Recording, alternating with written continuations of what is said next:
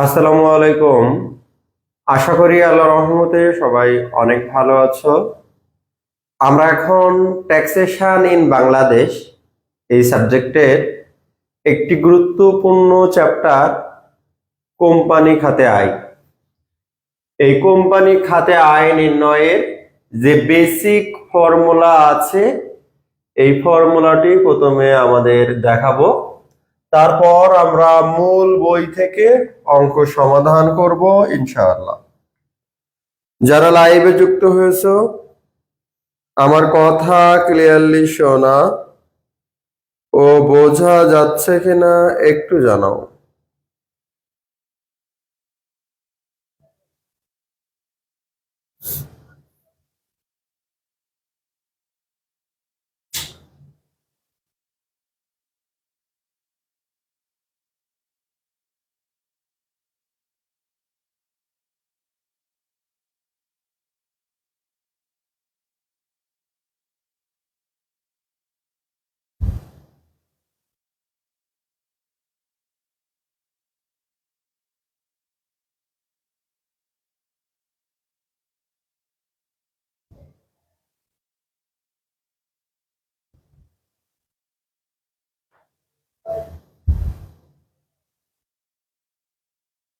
হুম হুম।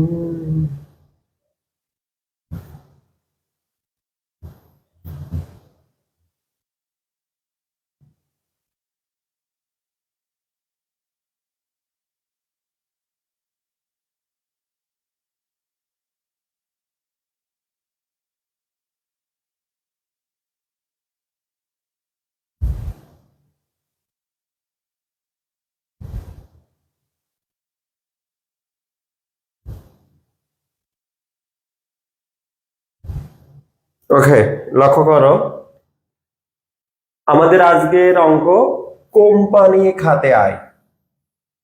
তো প্রথমে আমাদের মেন বিষয়, যদি করদাতার নাম থাকে ওই করদাতার নাম লিখব, এরপরে কর বর্ষ, তারপর আয় বর্ষ।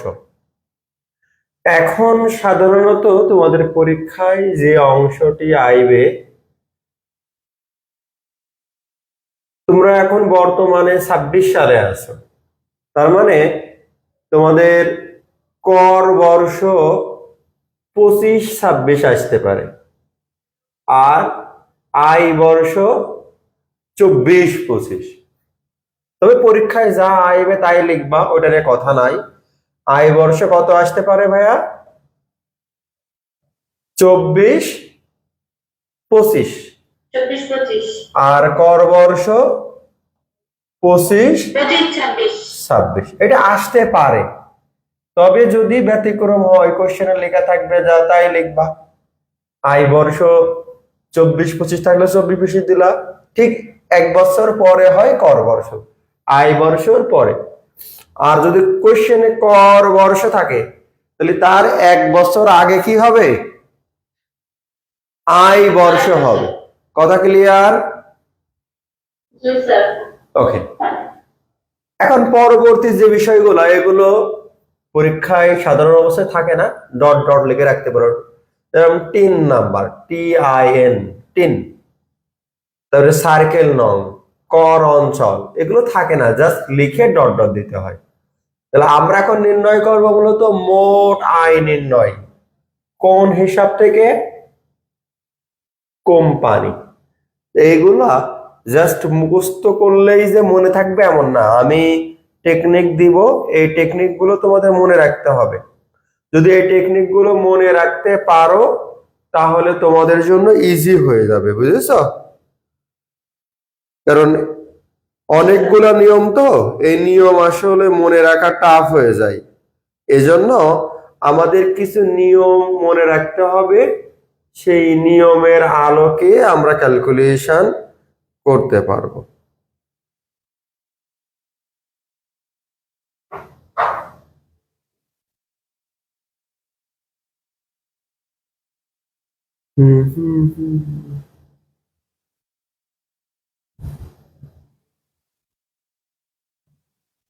তো লক্ষ্য করো আমাদের প্রথমে যে তথ্য আছে ভাইয়া, তোমরা কোশ্চেনে দেখবা তোমাদের সর্বশেষ একটা দেখবা ডান সাইডের উপরে মোট লাভ থাকে। যখনই তোমরা কোশ্চেন পাবা কোম্পানি খাতে আয় নির্ণয়ে একেবারে সর্বপ্রথমে ডান সাইডে দেখবা যে মোট লাভ আছে, আর বাম সাইডের নিচেই দেখবা নিট লাভ আছে। কি আছে ভাইয়া? নিট লাভ। তাহলে আমরা ওই নিট লাভ থেকেই লাভ লোকসানের হিসাব অনুযায়ী যে নিট লাভ পাই, ওই নিট লাভ থেকেই আমরা মোট আয় নির্ণয় করব। তাহলে দেখো লেখা আছে, আমরা এই নিট লাভটুকু লিখলেই হবে, ব্র্যাকেটে লিখতে পারো যে লাভ লোকসান হিসাব অনুযায়ী, অথবা যদি সরাসরিও লেখো তাও কোনো সমস্যা নাই, যে লাভ লোকসান হিসাব অনুযায়ী নিট লাভ, বা নিট লাভ লিখে ব্র্যাকেটে লিখতে পারো যে লাভ লোকসান হতে প্রাপ্ত। আমি একটু পরেই অঙ্ক করাবো, তখনই দেখবা যে কোথা থেকে পাওয়া যাচ্ছে। আমি আবারও বলি, বাম সাইডের একেবারে সর্বনিচে দেখবা যে নিট লাভ দেওয়া থাকবে, মনে থাকবে? ওকে, তাহলে এই নিট লাভ তো পাইলাম। আরো একটা কথা বলে রাখি, এই অঙ্ক ভিন্ন ভিন্ন রাইটার ভিন্ন ভিন্ন নিয়মে লিখতে পারে। আমরা মূলত তোমাদের কমার্স পাবলিকেশনের বই এর নিয়মে করাচ্ছি, বুঝেছো? তবে এখানে ভিন্ন ভিন্ন রাইটার ভিন্ন ভিন্ন নিয়মে লেখে। হ্যাঁ, বা আচ্ছা, সামনে ছায়া আসে কেন আজকে?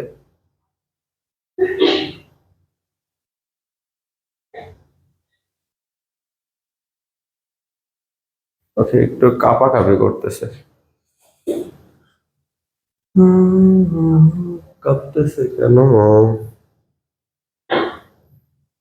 একটু ওয়েট করো তো। হ্যাঁ,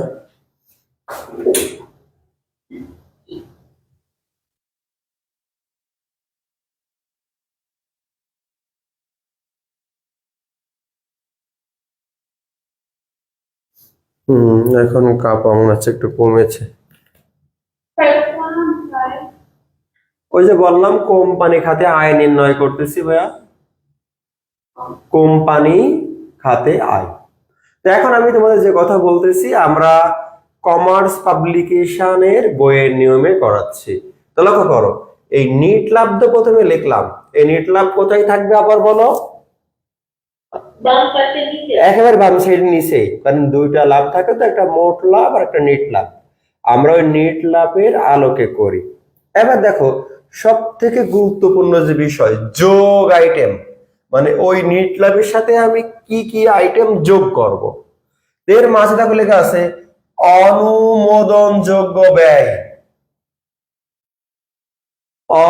একটা দন্তান্ন মানে বাদ পড়েছে, অনুমোদনযোগ্য ব্যয় সমূহ। অনুমোদন না, এটা একটা দন্তান্ন বাদ পড়েছে ভাই, এটা হবে অনুমোদনযোগ্য। আচ্ছা, বুঝো এই বিষয়টা। অনুমোদন মানে যার অনুমোদন আছে, বা কি বলা যায়, পারমিশন বলা যায়। হ্যাঁ, বাংলা ভাষা একেবারে ইংলিশে সহজে পারমিশন বলতেছি, যে আমার অনুমতি দেওয়া আছে। আর একটা দন্তান্ন যদি বেশি হয়, অনুমোদন মানে যার অনুমতি নাই, তাই তো, পারমিশন দেওয়া নাই। তাহলে এই টাইপের ব্যয়গুলা আমরা যোগ করব। তার মানে আরো সহজ ভাষায় বলি, যে ব্যয়গুলো আসলে ব্যয় না। আবার বলো, কি বলেছি ভাইয়া? হ্যাঁ, ওইগুলা যোগ করব। তোমরা একটা কথা বোঝো, আমরা যখন নিট লাভ বের করেছি, তাহলে যেগুলো আসলে ব্যয় না ওগুলো বিয়োগ করা হয়েছিল কিনা? এই যে আমাদের দেখতে পাচ্ছ, ঋণের সুদ, জরিমানা বা আরো অন্যান্য যে ব্যয়গুলো রয়েছে, এগুলো বিয়োগ করা হয়েছে কিনা? অবশ্যই হয়েছে। কিন্তু এই ব্যয়গুলো তো আসলে ব্যয় না, তাহলে এগুলো কি করা উচিত? যোগ করা উচিত। কেন যোগ হচ্ছে এই ব্যাখ্যা বুঝেছ? আসলে এই ব্যয়গুলো ব্যয় না, এই জন্য নেট লাভের সাথে যোগ করে দিচ্ছি। মানে ব্যয় আকারে দেখিয়ে বা ব্যয় হিসাবে দেখিয়ে আমরা ভুল করেছি। কথা বোঝো নাই? কথা বলো ভাইয়া। মানে আমরা ওটা ব্যয় হিসাবে দেখিয়ে ভুল করেছি, তো ওই ভুল সংশোধন করতেছি বাংলা কথায়। এখন বলতে পারো যে ভাই কেন সংশোধন করতেছি? আচ্ছা, তুমি যদি নেট লাভ কম দেখাও তাহলে সরকার না কর কম পাবে? আর সরকার কি কর কম নিতে চাইবে? তাহলে এখন লজিক বুঝেছো কেন আমরা এই যেগুলা ব্যয় না কেন যোগ করতেছি? কারণ যেহেতু এগুলো আমরা ব্যয় আকারে দেখিয়েছি, আর ব্যয় আকারে দেখানোর ফলে আমার নেট লাভ কমে গেছে, আর নেট লাভ কমে গেলে তো কর কম দিতে হবে, তাহলে সরকারের লস। কথা বুঝেছো? তো এই জন্য যেগুলা ব্যয় না ওগুলো কি করতেছি, ওই নিট আয়ের সাথে আবার যোগ করতেছি, করে নেট লাভটা বৃদ্ধি করতেছি। কথা বুঝেছো? তাহলে এখন যেগুলো আমাদের এই অপশনের ভিতরে সব থেকে গুরুত্বপূর্ণ, এক নম্বরে হচ্ছে এই যে দান, জরিমানা। আচ্ছা, দান কোথায় আছে দেখি, এই দেখো জরিমানা আছে, দেখছো? আর এই দেখো দান। আমি এই দুইটা ব্যাখ্যা সবসময় থাকবে, তো এই জন্য এই দুটো প্রথমে বলতেছি। আচ্ছা, একটা জিনিস বোঝো ভাইয়া, জরিমানা, জরিমানা কখন করা হয়? যখন তুমি নিয়ম ভঙ্গ করবা। আবার বলো কখন? যখন নিয়ম ভঙ্গ করা হয় তখন কি করা হয়? তাহলে বলো, ওটা কোনো নিয়মিত ব্যয়?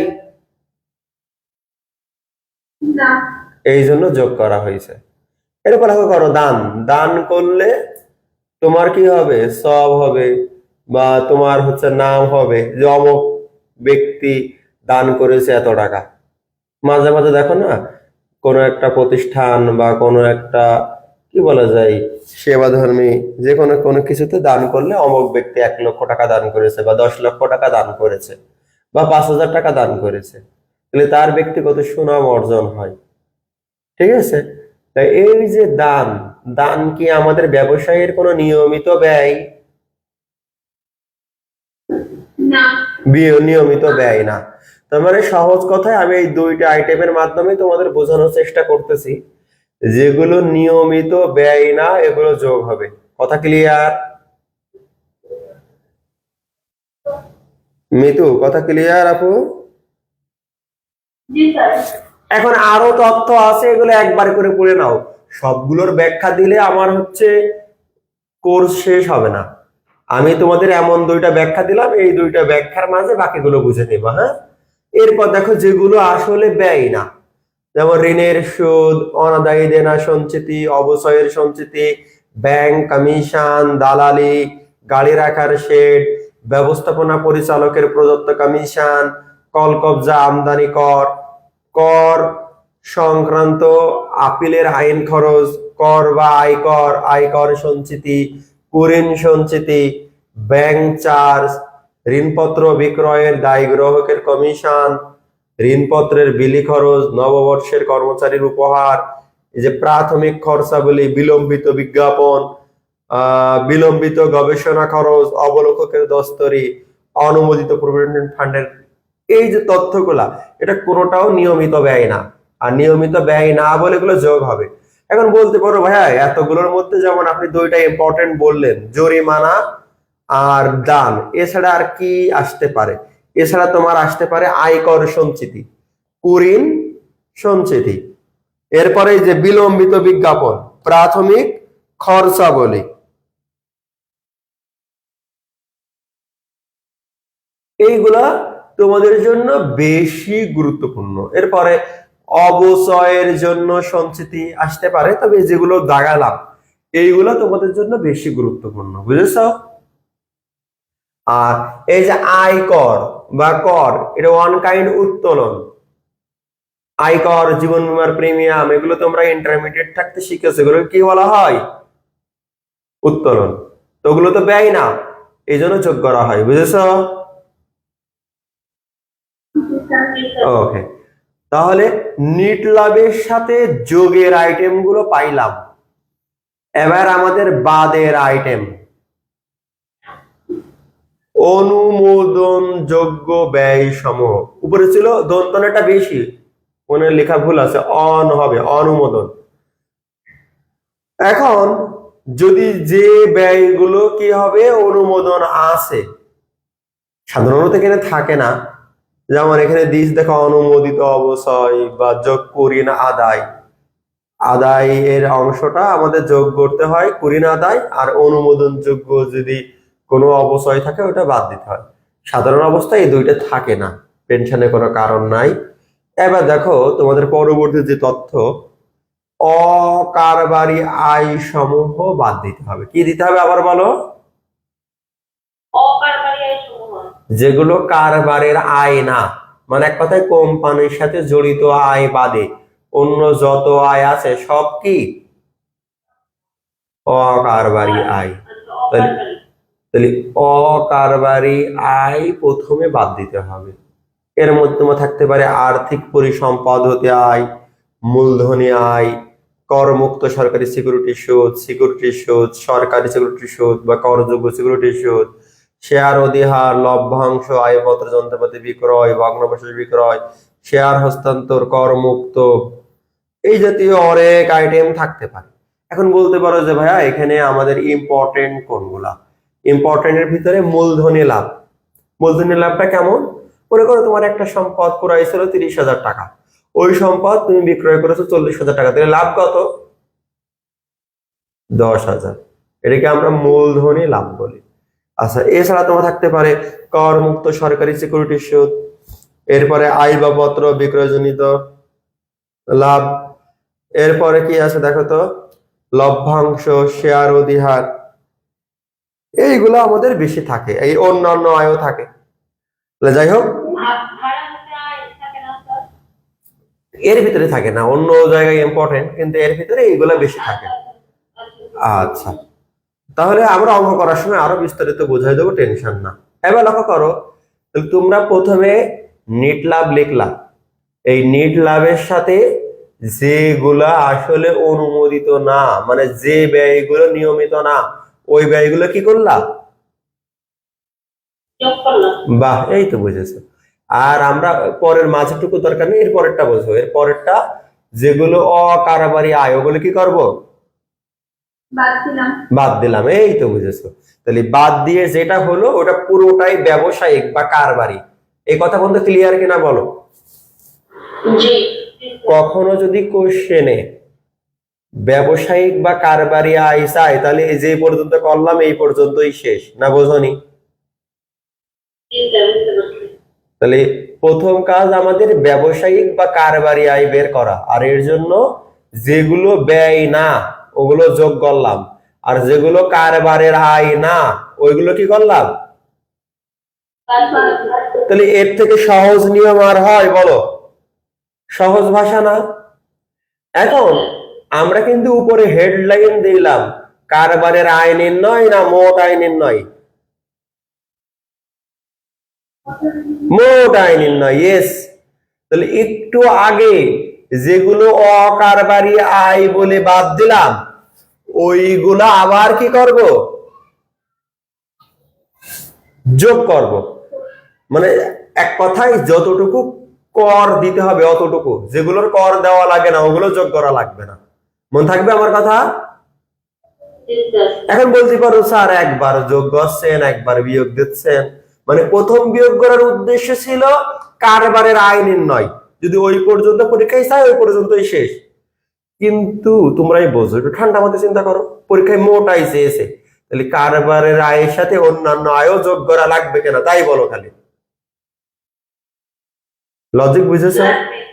তাহলে আমার প্রথম উদ্দেশ্য ছিল কারবারের আয় নির্ণয় করা, কিন্তু পরীক্ষায় চেয়েছে যে কি নির্ণয় করো? মোট আয়।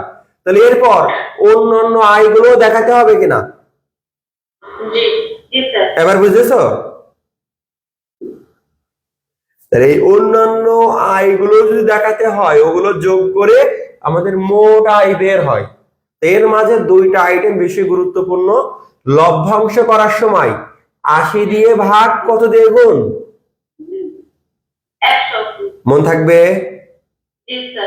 80 দিয়ে ভাগ, হ্যাঁ 80 দিয়ে ভাগ 100 দিয়ে গুণ। আর সরকারের সিকিউরিটি সুদ 95 দিয়ে ভাগ 100 দিয়ে গুণ। 1000 না 100।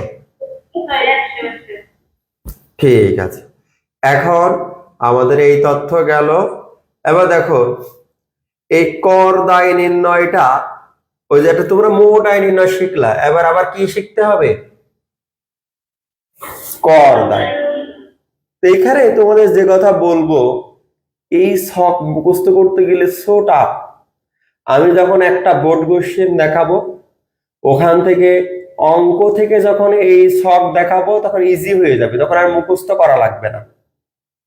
মানে এই ছক মুখস্থ করে পরীক্ষা পর্যন্ত যাওয়া সো টাফ। এই ছকের জন্য আমার এত ভয় লাগে। হ্যাঁ, না কঠিন কিছুই লাগবে না, আমি তোমাদেরকে সহজ করে বুঝিয়ে দিব। হ্যাঁ হ্যাঁ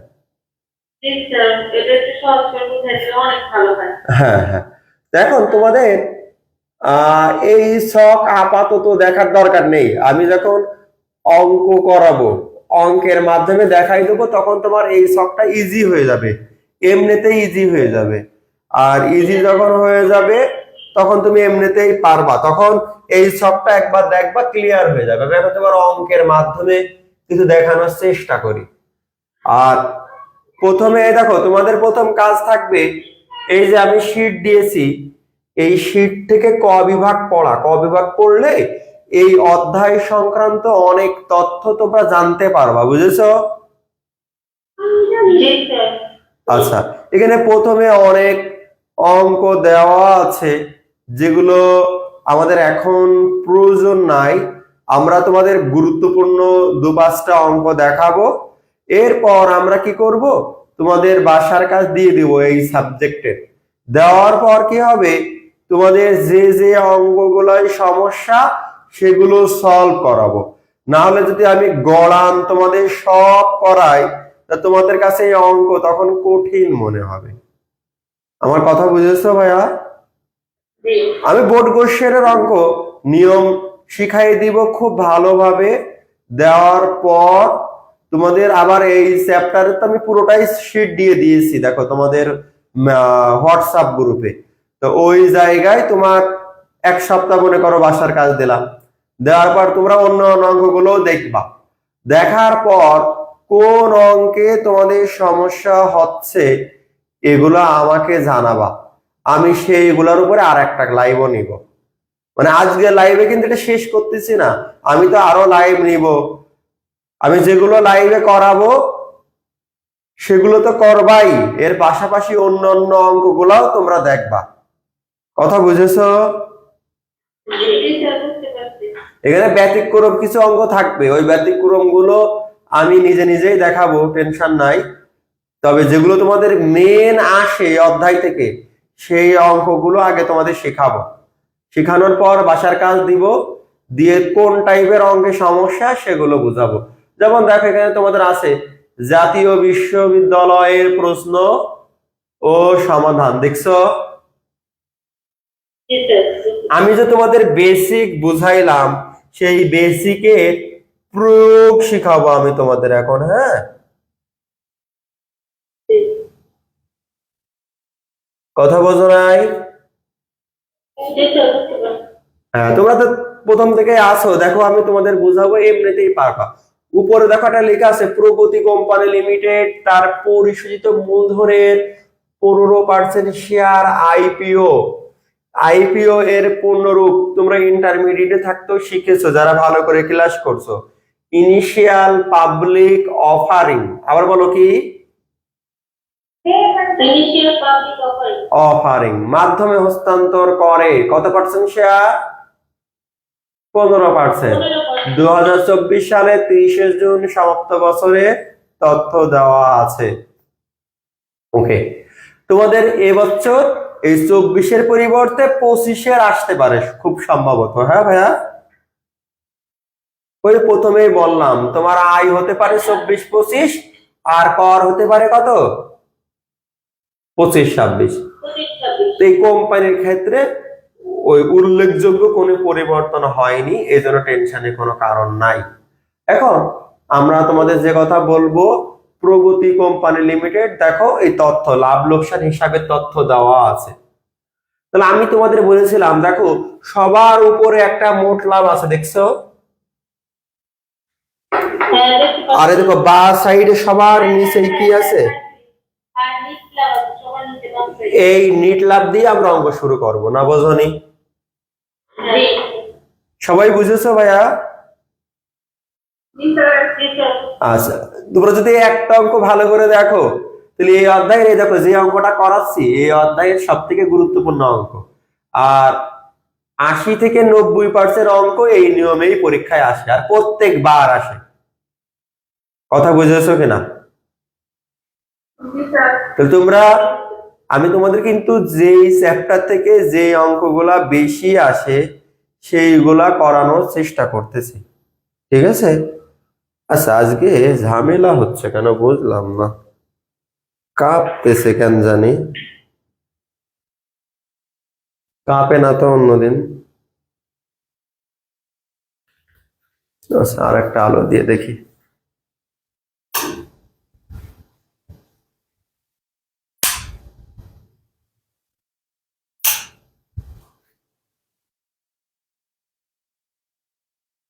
তো কাঁপলে তো বুঝতে ঝামেলা হয়। ওকে, এবার আমি তোমাদের বলি ভাইয়া, তাহলে যে নিট লাভ 2,50,000 এটা বুঝেছো? আমি তোমাদের এক এক করে দেখাবো। দেখো এই নিট লাভ সবার প্রথমে 2,50,000 লিখেছে কিনা, যে লাভ লোকসান হিসাব অনুযায়ী নিট লাভ।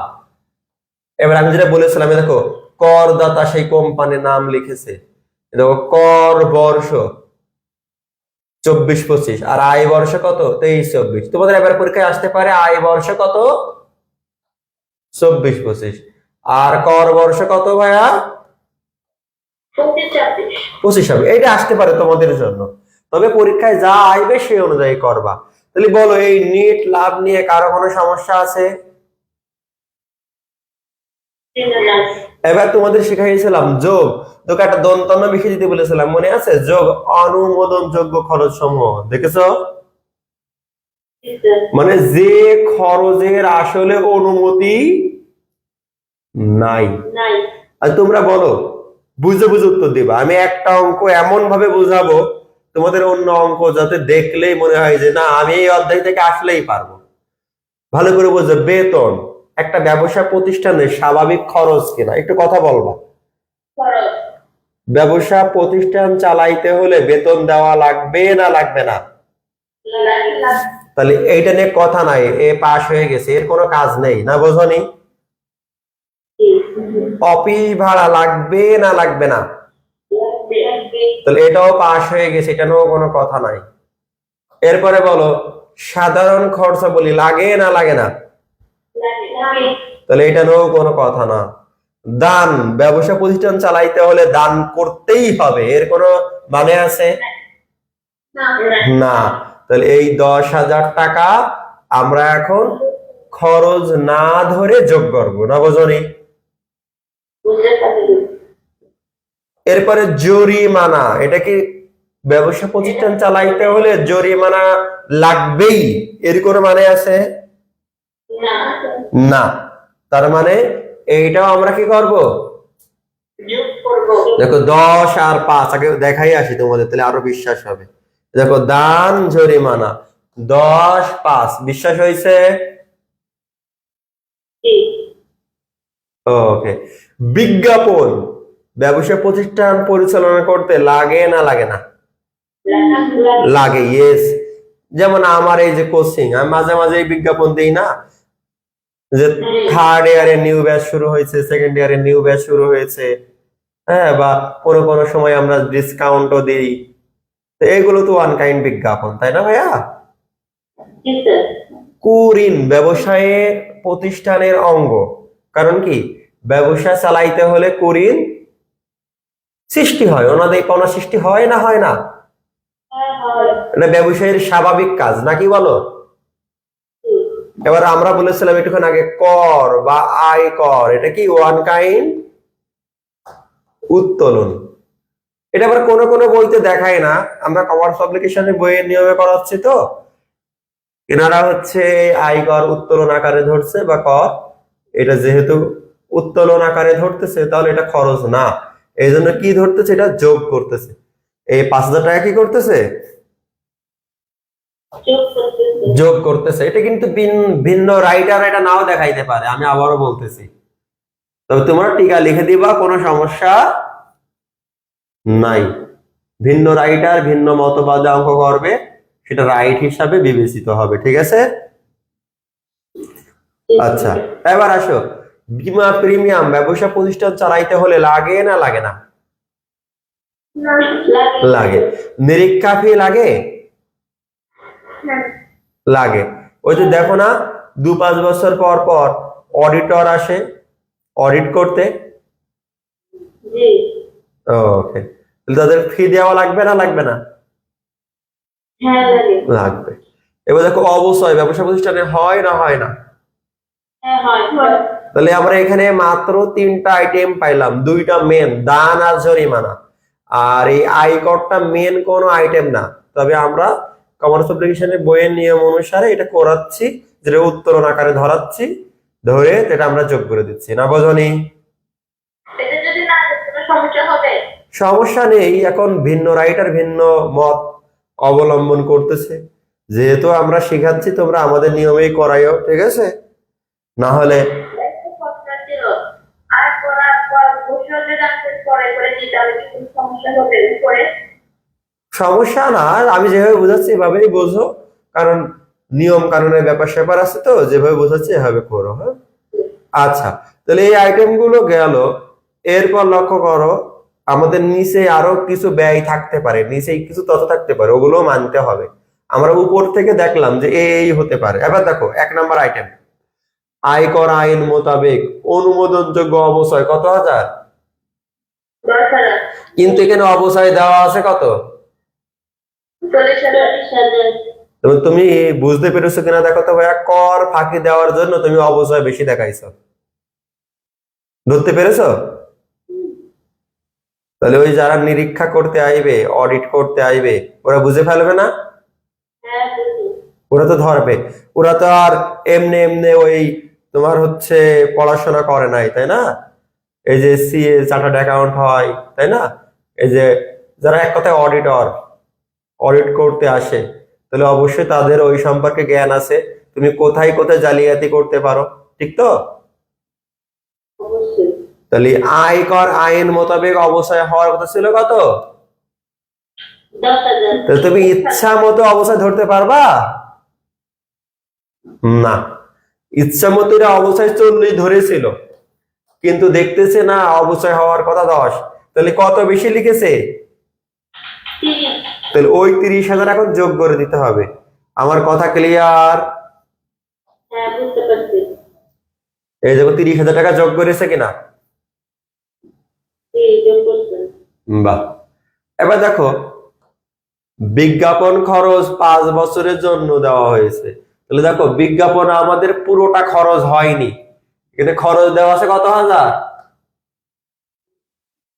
20,000। এটা 5 বছরের জন্য, তাহলে বলো এক এক বছরের জন্য খরচ কত? 4,000। 4,000। তাহলে আমার এখনো থেকে যাবে কত ভাইয়া? এরপর থেকে যাবে 16,000। ইয়েস, এই 16,000কে আমরা বিলম্বিত বলবো, তার মানে ওটা এখনো খরচ না, আর খরচ না বলে এটা যোগ করবো, না বোঝনি? জি স্যার। এটা তোমরা সহজ কথা রকম বলবা, উপরে 4 দিয়ে গুণ আর নিচে এই 5 দিয়ে, এইভাবে লিখে দিও, হ্যাঁ ভাইয়া? বিলম্বিত বিজ্ঞাপন 5 দিয়ে ভাগ 4 দিয়ে গুণ 16,000, না বোঝনি? জি। এবার আসো, অনুমোদিত ভবিষ্যৎ তহবিলের চাঁদা এত টাকা বেতনের মধ্যে, বলো বেতন একটা কি খরচ? খরচ। এই অনুমোদিত যে ভবিষ্যৎ তহবিলের চাঁদা, তাহলে এটাও একটা কি খরচ। মানে এক খরচ আর এক খরচের মধ্যে ঢুকে আছে, তার মানে আমাদের হিসাবে কোনো পরিবর্তন করেনি, না বোঝনি? জি মনে করো আমি রহিমের নামে লিখতেছি, করিমের নামে লিখছি, জাস্ট র এর জায়গায় ক হয়েছে, কিন্তু টাকার অঙ্কের কোনো সমস্যা হয়েছে? না এই জন্য ওইটাই কোনো কাজ প্রভাব পড়বে না, না বোঝনি? বুঝতে পারছি। এবার আসো, তাহলে এটার কোনো প্রভাব পড়লো না। এবার 4 নাম্বার দেখো, সাধারণ খরচের মধ্যে 30,000 টাকা প্রাথমিক খরচ। সাধারণ খরচ যে একটা ব্যয়, এটা ব্যাখ্যা করা লাগবে? না কিন্তু তোমরাই বলো, প্রাথমিক খরচ কি ব্যয়? না ব্যয় না। ব্যয় না, তার মানে এটা কি করবা? যোগ এটা করবা। যোগ করতে হবে। এই দেখো, প্রাথমিক খরচ যোগ করে 30,000। তাহলে বলো, আমাদের উপরের আর নিচের সকল তথ্য ব্যয় সংক্রান্ত পড়া শেষ কিনা? জি তাহলে তোমাদের শেখানো ছিল এগুলো সবগুলো মিলায়ে এই নেট ল্যাবের সাথে যোগ করতে হবে। যোগ করেছে। জি এরপরে কি শিখাইলাম? যে যেগুলো অকারবারি বা অব্যবসায়ী আয়, ওগুলো কি করবা? বাদ দিবা। আবার বলো, কি করতে হবে? অকারবারি বা অব্যবসায়ী, সেগুলো কি করবা? বাদ দিবা। তোমরা কোম্পানির ক্ষেত্রে তোমরা চোখ কান বুঝে মনে রাখবা, তোমাদের কারবারি আয় 3টা: মোট লাভ, বাট্টা প্রাপ্তি, অন্যান্য আয়। আবার বলো, কি কি? তাহলে এই 3টা বাদে মাঝে আরো কয়টা আছে দেখো তো? 4টা: সরকারি সিকিউরিটি সুদ, শেয়ার অধিহার, লভ্যাংশ, আয় বা পত্র বিক্রয়জনিত লাভ। তাহলে এই 4টা আসলে অকারবারি আয়। আবার বলো, কি আয়? অকারবারি। তাহলে অকারবারি আয় বাদ দিয়ে তাই আমরা ব্যবসায়িক আয় পাবো। মনে আছে কিনা তোমাদের? জি তাহলে কি, যে নিয়ম আমি শর্টকাটে দেখিয়েছিলাম, ওই নিয়মগুলো এখানে প্রয়োগ পাচ্ছ তোমরা? জি ওকে, তাহলে এখানে দেখো, সরকারি সিকিউরিটি সুদ, শেয়ার অধিহার, লভ্যাংশ, শেয়ার অধিহার, লভ্যাংশ, এরাই দেখো আয় বা পত্র বিক্রয়জনিত লাভ, এরা আবার উভয় পক্ষ থেকে মাইনাস করেছে। এটা একবার যোগ করতে হয়, একবার বিয়োগ করতে হয়। তো এরা ওইটা বাদ দিয়ে লিখছে। তবে তোমরা এখানে চাইলে লিখতে পারো। আমি তোমাদের বলি, খুব ভালো করে বোঝো। আমি যে 4টা আইটেম বললাম, ওর ভিতরে এরা কয়টা আইটেম লিখছে? কথা বলো। দুইটা তিনটা 3টা আইটেম লিখছে। তা এখানে একটু ঝামেলা হয়ে গেল আমাদের জন্য।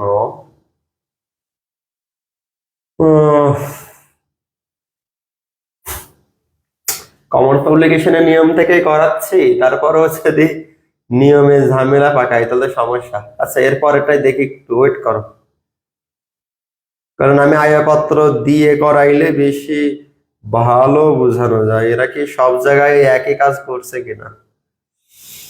কারণ ওইটা বাদ দিলে তোমার ব্যবসায়িক আয় কম বেশি হবে। এখানেও দেখতেছি দেয় নাই, একটু ওয়েট করো, আবার একটু দেখি। মানে ওইটা একবার যোগ করা যায় আর একবার বিয়োগ করা যায়, দুইটাই রাইট। তাই এরা কোথাও কিছু দেয় নাই।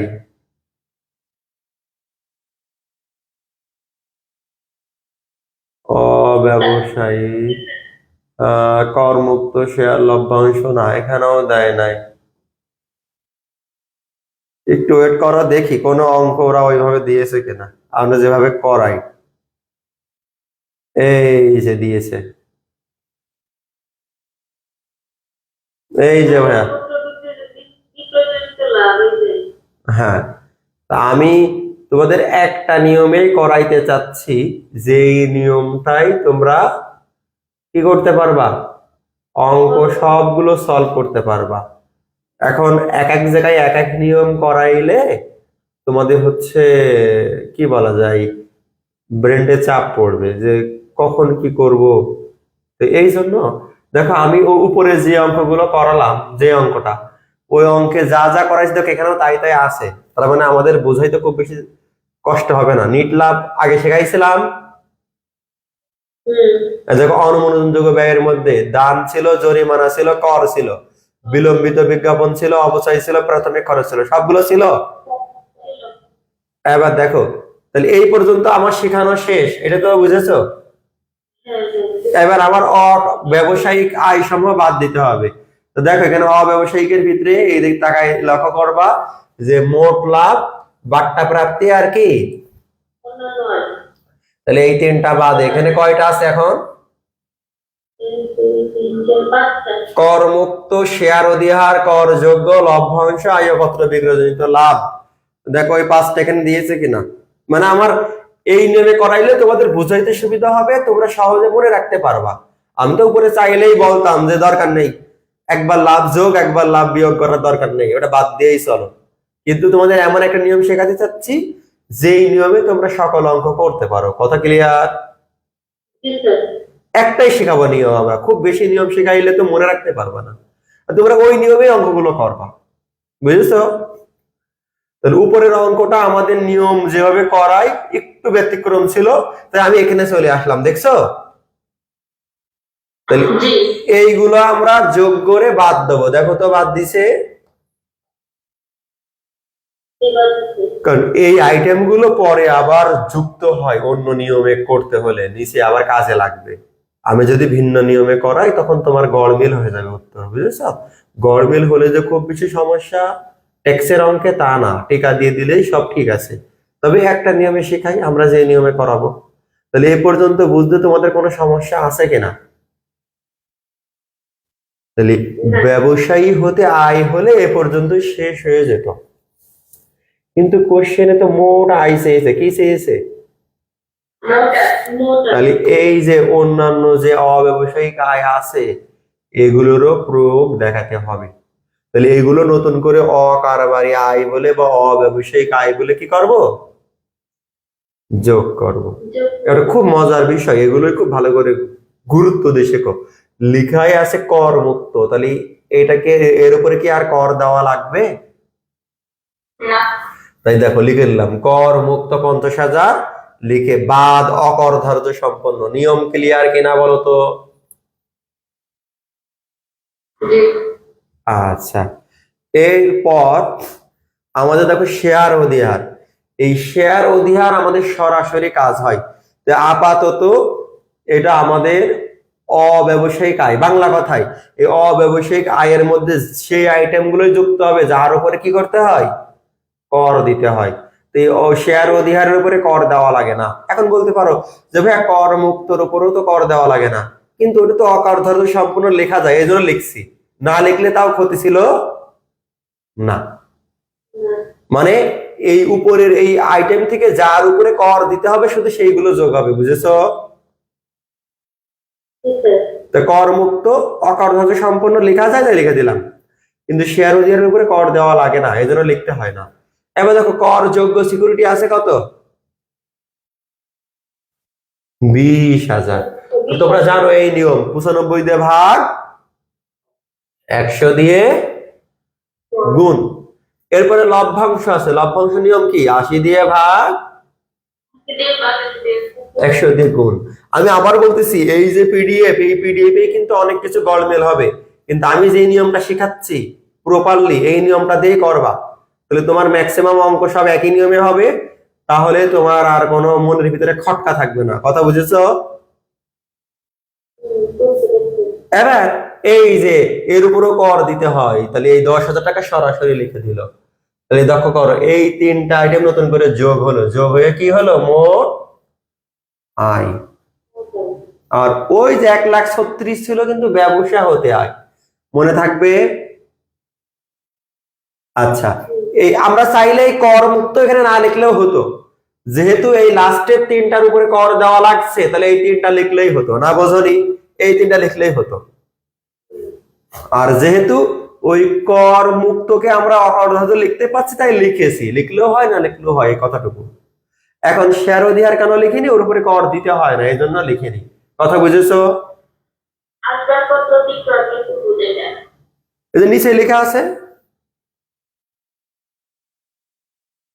তাহলে বলো আমরা উপরে যেই ফরম্যাটটা দাঁড় করাতে চেয়েছিলাম বা বোঝাইতে চেয়েছিলাম, বুঝেছো কিনা?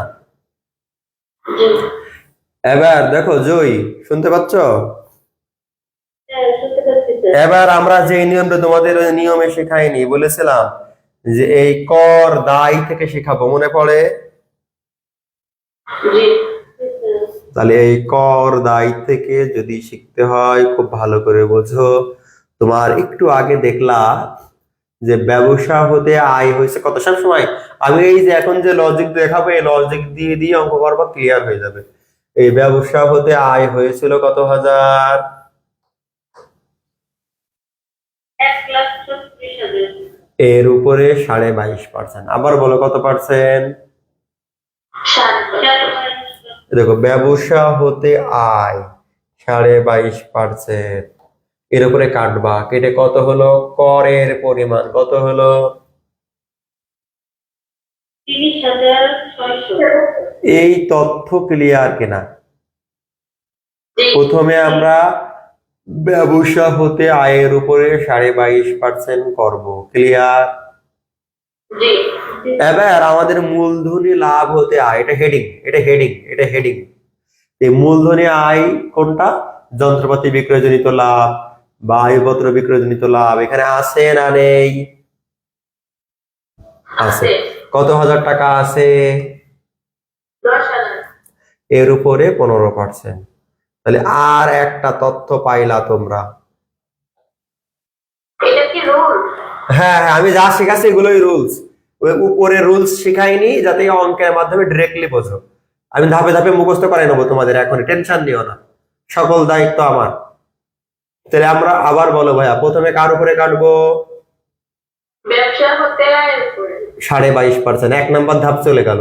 এরপরে 2 নাম্বার ধাপ কি? মূলধনীয় লাভ। হ্যাঁ, মূলধনী লাভের হতে আয়। তাহলে এখানে পাইলাম আয়পত্র বিক্রয়জনিত লাভ, এর উপরে কাটবো 15%। কয়টা ধাপ চলে গেল? দুইটা। তো এই পর্যন্ত তোমরা ক্লিয়ার কিনা বলো? জি জি জি। ওকে, তাহলে এ পর্যন্ত যদি ক্লিয়ার হও, এর পরের ধাপ হচ্ছে আর্থিক পরিসম্পাদ হতে হয়। আবার বলো কি হতে হয়? এই আর্থিক পরিসম্পদের ভিতরে এই করযোগ্য সিকিউরিটি আর এই লভ্যাংশ পড়ে। কি কি পড়ে? করযোগ্য সিকিউরিটি লভ্যাংশ। তোমাদের একটুক্ষণ আগে দেখলাম লভ্যাংশ, দেখো 80 আর এখানে 100, তাহলে এর পার্থক্য কত? কথা বলো। 20। আবার একটা জিনিস লক্ষ্য করো, এখানে 40 আর এখানে কত লিখছিলা? 50। এদের ব্যবধান কত? 10। দেখো লভ্যাংশের উপরে 20% করে যা টাকা হবে, আবার বিয়োগ করেও কি হবে? তাই হবে। তার মানে এই যে 50,000 টাকার উপরে এই যে পার্থক্য 20%, ওই 20% কাটা হয়েছে। কথা ক্লিয়ার? আর একটা বাকি থাকলো করযোগ্য সিকিউরিটি। এটা আবার এই নিয়ম আবার ভেবো না যে ভাইয়া তাহলে এখানে আমরা 5% করি না, এখানে ওই সরাসরি ব্যবসা আয় হতে জানাম 22.5, এখানেও কত? 22.5। তাহলে 21,053 টাকার উপরে 22.5। তাহলে এই দুইটা যোগ করে হয়েছে 14,000, আর এই দুইটা যোগ করে হয়েছে 71,000। তাহলে আর্থিক পরিসম্পদ হতে মোট আয় 71,000, আর করের পরিমাণ কত?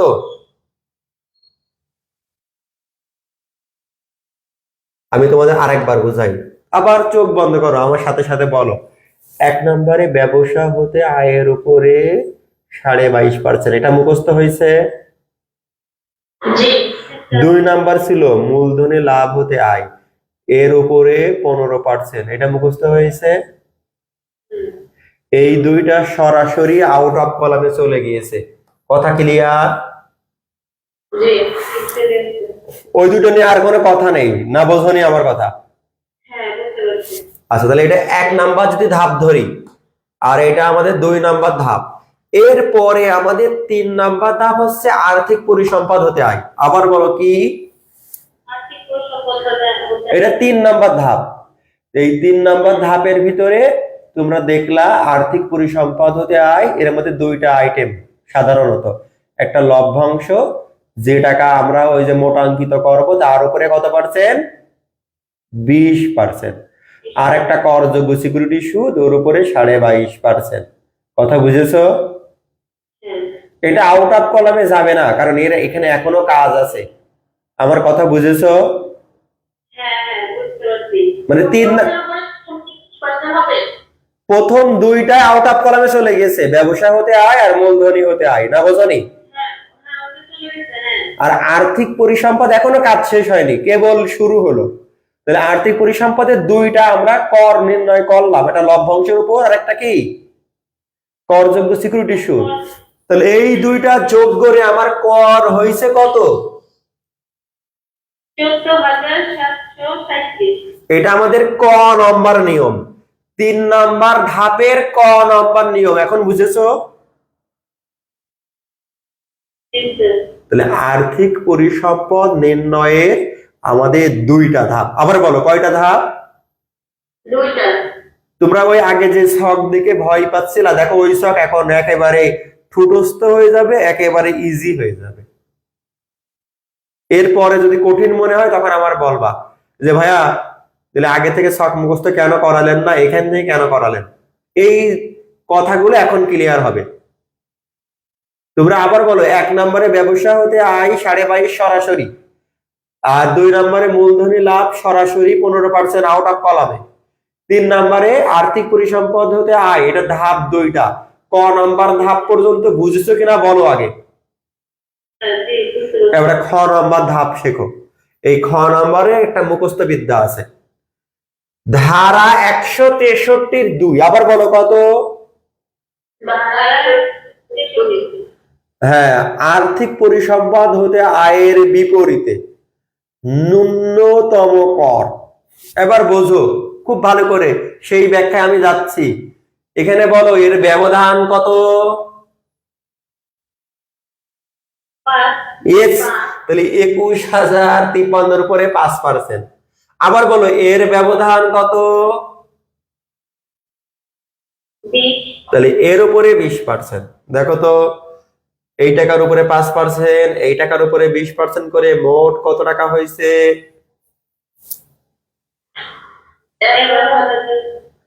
300। দেখো এখানে বসাইছি, কিন্তু উপরে কিন্তু দুটোর উপরে আমরা একটা 5 আর একটা 20% করিনি। একটা এই দেখো পার্থক্য কোথায়, দেখো একটা 22.5% করে লাভ আর একটা কত 20%। তাহলে কি কাছাকাছি না রুল? শুধু এখানে 22.5 আর এখানে 5%, তাই না? এই ধারা অনুসারে করলাম আর উপরেরটা নিয়ম অনুসারে করলাম। তাহলে এখন বলো এই দুইটার মধ্যে বেশি কোনটা, এই 14,000 বেশি না 11,000 বেশি? 14,000। তাহলে তোমরা বুঝতে পেরেছো অলওয়েজ উপরেরটাই বেশি হবে, কারণ এখানে 22.5% করা হচ্ছে। তার মানে যেটা বেশি সেটা আউট অফ কলামে। এখন বলতে পারতে যে ভাইয়া সরাসরি বসাই দিলেই তো হতো, কাহিনী না করে। যেহেতু একটা ধারা আছে, রুল, তাহলে রুল তো দেখাইতে হবে, না বোঝনি? তাহলে বলো এখন তোমাদের বিষয়টা ক্লিয়ার, এবং এই ধাপ আর ভুল হবে কখনো না? আচ্ছা, এবার আসলো তাহলে এখন এই এই 3টা যোগ করে মোট চলে আসলো। এটাকে বলা হয় কর পূর্ববর্তী নিট মুনাফার বিপরীতে কর দায়। কি বলেছে আবার বলো? কর পূর্ববর্তী নিট মুনাফার বিপরীতে কর দায়। হ্যাঁ হ্যাঁ, অত কিছু না লিখলে কর দায় লিখবা। কর দায় লিখলে এটা হবে? হ্যাঁ হবে। তাহলে কর দায় লিখলা আর লাস্টেরটা নিট প্রদেয় কর লিখবা, তাহলেই হচ্ছে। বুঝেছো? মানে প্রদেয় কর মানে এখনো কর দিতে বাকি আছে, আর কর দায় মানে আমার কর হয়েছে 46,000 টাকা। বুঝেছো? এবার দেখো তাহলে লাস্টের দুটো কি, এই 46 থেকে কি পরিমাণ কর দিয়ে দিয়েছি ওই পরিমাণ বাদ।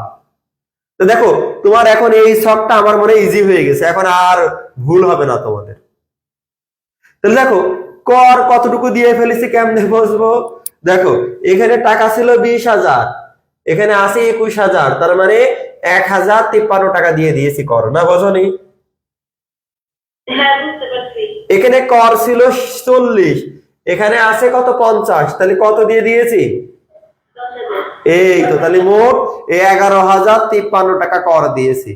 আরো সহজ কথা, এই টাকাটাই কর দেওয়া হয়ে যায় না, বোঝনি? জি। এদিকে এই দুটো যোগ করে ওই টাকাটাই হবে, সহজ কথা। আর কঠিন লাগবে এই অংশ? জি না স্যার। ওকে, তাহলে তোমাদের ইজি হয়ে গেল বিষয়টা। হ্যাঁ, তাহলে আমরা বাসার কাজ কয়টা দিতে পারি? এই তোমাদের, আমি কালকে এই বিষয়ের উপরে আর নাও ক্লাস নিতে পারি। তোমাদের কথা থাকলো ভাইয়া, শোনো, তোমরা যারা লাইভে যুক্ত হয়েছো, এই যে বোর্ড কোশ্চেন শুরু করলাম কত থেকে, আমি যে নিয়মটা শিখালাম জাস্ট এই নিয়মে, এর বাইরে কিচ্ছু করবা না। কোনো আইটেম নতুন আসলে সেটা আলাদা কথা, তাছাড়া এই নিয়মের বাইরে করবা না। তো তোমাদের এই বোর্ড কোশ্চেন গুলো বাসার কাজ 1 সপ্তাহের মধ্যে করতে পারবা? জি। প্রত্যেকদিন একটা করে অঙ্ক করো, পারবা না? জি পারবো। আমি কিন্তু তোমাদের আবারও বলতেছি, ট্যাক্স কোনো কঠিন বিষয় না, এটা উপস্থাপন আর বোঝার উপর নির্ভর করে। গাদা গাদা নোট শিট মুখস্থ করে কোনো লাভ নেই।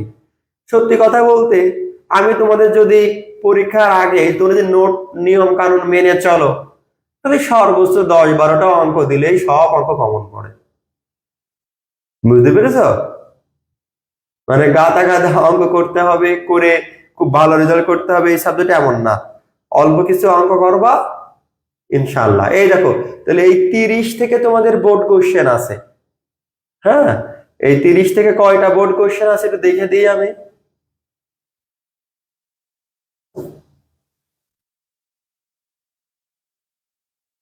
আমি কিন্তু যে নিয়মে করালাম এই নিয়মে একটা নিয়মই শিখবা, আমার বেশি নিয়ম কোনো দরকার নেই। এই দেখো, পরবর্তী অঙ্কগুলো কিন্তু আমাদের নিয়মগুলো এরা ফলো করছে, দেখছো? মানে আমরা যেভাবে বোঝাতে চাচ্ছি, আগে তো আইয়পত্র এন্ট্রি করছিল না, এখন এন্ট্রি করছে যে আইয়পত্র।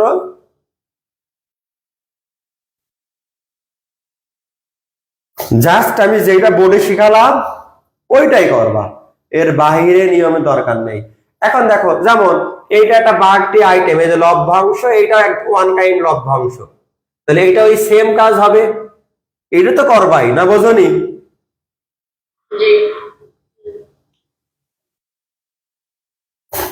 তো তোমরা কয়েকটা অঙ্ক করো, দেখো এমনিতে নিজে থেকেই বুঝবা। আমি যে অঙ্কটাকে করালাম এই লাস্টে, এই অঙ্কটাকে করবা, করে তারপরে এই টাইপের অঙ্ক ডেইলি 1-2টা করে অঙ্ক করবা। এখন বেশি অঙ্ক কেন করতে হবে? প্র্যাকটিস। কারণ তুমি যত বেশি প্র্যাকটিস করবা, তোমার নিয়ম কানুন গুলো মাথায় গেঁথে যাবে, তখন অটো পারবা। হ্যাঁ, এখানে আমরা 30 থেকে দেখতেছি বেশ অঙ্ক এসছে, এগুলো সবই বোর্ড কোশ্চেন। 30 থেকে 42 না 41 ভাইয়া, 41। তাহলে 30 থেকে 41 মানে 12টা অঙ্ক, তাহলে ডেইলি 2টা করে, পারবা না? জি। জি স্যার। আচ্ছা, তোমাদের কাজ হবে ডেইলি 2টা করে অঙ্ক করবা আর আমাদের গ্রুপে পোস্ট করবা। আমি ওই অঙ্কগুলো আবার চেক দেবো যে আমাদের নিয়মে হচ্ছে কিনা। আর এর মাঝে ছোটখাটো সমস্যা হলে ওইগুলো তোমাদের ট্যাক্সের গ্রুপে বলবা। এখন তোমরা অঙ্কগুলো করেই দেখো, সব এক নিয়মের অঙ্ক। এবারে ব্যতিক্রম অঙ্ক আছে, ওই ব্যতিক্রম অঙ্ক আমরা, তোমরা এই অঙ্কগুলো শেষ করবা, করে আমাকে বলবা। তোমরা তো নিয়মিত পোস্ট করবা, আমি দেখবো।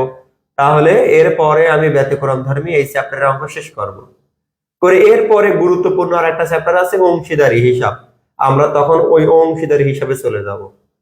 তাহলে তোমাদের 3টা গুরুত্বপূর্ণ চ্যাপ্টার শেষ হয়ে যাবে। এরপরে আমরা ওই যে বেতন খাত বা চাকরি হতে আয় এগুলো নির্ণয় শেখাবো, বুঝেছো? জি। জি স্যার। ওকে, আচ্ছা, ইফেক্টিভ ভাবে পড়তে হবে, তাহলে দেখবা রেজাল্টও ভালো হবে আর পরিশ্রম কম হবে। ওকে ভাইয়া।